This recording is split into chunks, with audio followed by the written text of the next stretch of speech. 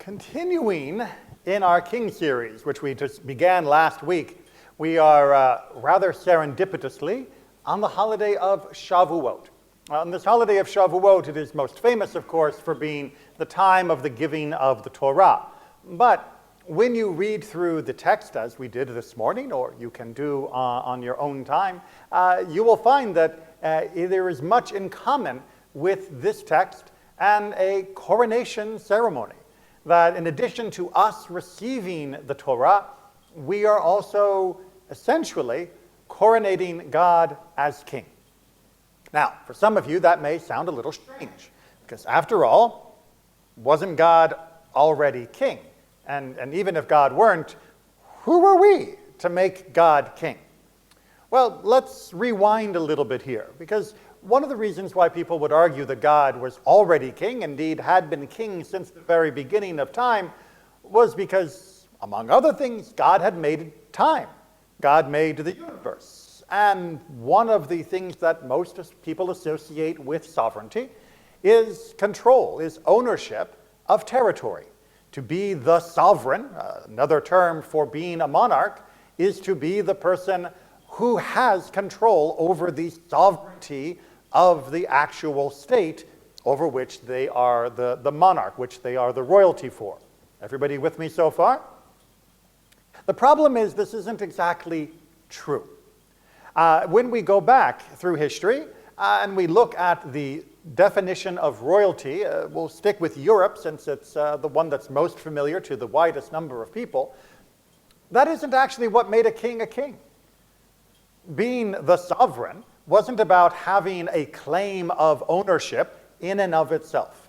The claim of ownership might get your foot in the door, but what happens if nobody wanted to honor your claim? If you said, my great-great-grandfather was King so-and-so, and he once ruled this land, and now I am back from overseas, and I should be the new king. What usually happens? Oh, I'm sorry, we don't have any historians in the room. All right, let's imagine that your family had been driven out and you come back, maybe with a little bit of help of the French and Scots up north, and you are coming down from the north of England claiming that you are the rightful king of England. They kill you. There's war. Right? Even if your pedigree is more impressive than the current king, even if your family tree is more illustrious, even if you have more proof and correct claim to this particular piece of territory. You know, I've got 5 relatives who were once leaders of this area. You've only got 1 or 0. At the end of the day, whoever ends up victorious on the field of battle ends up actually being king. Having that legitimate claim to the throne means next to nothing. It's a useful rallying cry to get people on your side and maybe get them to support your attempt to seize power. But even that is not exactly what happens. We find that there are kings that get put in place, whether it be in England or France or elsewhere in Europe, that essentially get put in place because the people who have the most power in the country feel that person would be a good person to have in charge. Not necessarily that their pedigree is the best. The current king of England cannot trace his ancestry all the way back to King Arthur. He can't even trace his ancestry all the way back to William the Conqueror. And of course, William the Conqueror wasn't originally British either. Showed up in the land only because he believed that his family had some nefarious claim across the channel and that he should be the rightful king, which basically meant that his Norman army had a good shot at winning, which they eventually did at Battle of Hastings 1066. And then his descendants said, well, you know, Grandpappy used to rule Normandy, back there in the land of what we would eventually come to call France. We should take that back too, because we have a claim to it. And so we end up with wars between England and France over who will be able to affect their claim on the territory through the field of battle.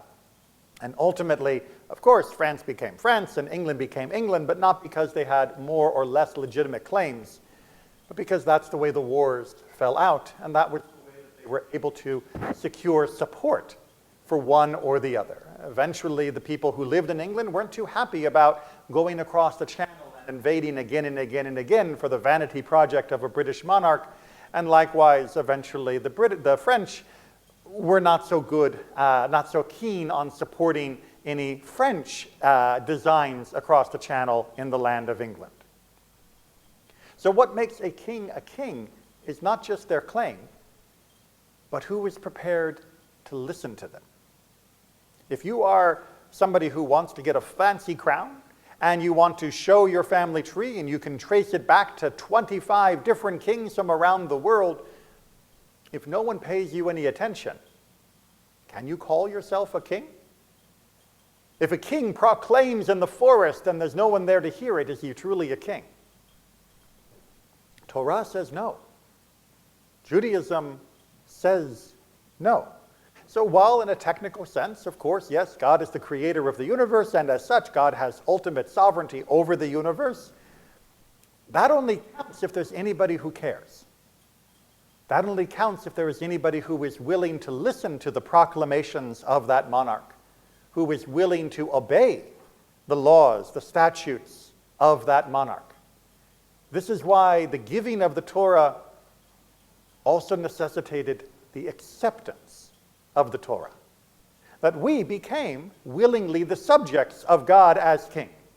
And in the process, we crowned God as king for the world to see, that we would hope the world would see as we do, that indeed what God has tried to do is to be the best of what a king is meant to be, not one who pursues vanity projects, not one who pursues their own enrichment, not one who just looks out for their own pleasures, but a king that is actually ruling as a gift to those that are its subjects.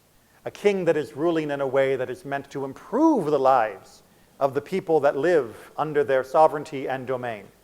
A king that first and foremost thinks about the people that will be affected when making legislation, when passing proclamations, when giving instruction, Torah.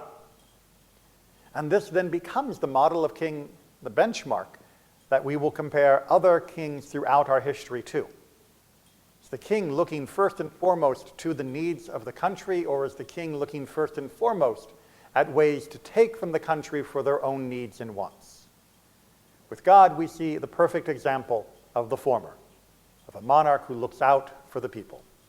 Unfortunately, when we look at the flesh and blood kings, as we go through our survey, we will find that it's extremely rare among the humans that don the purple and wear a crown.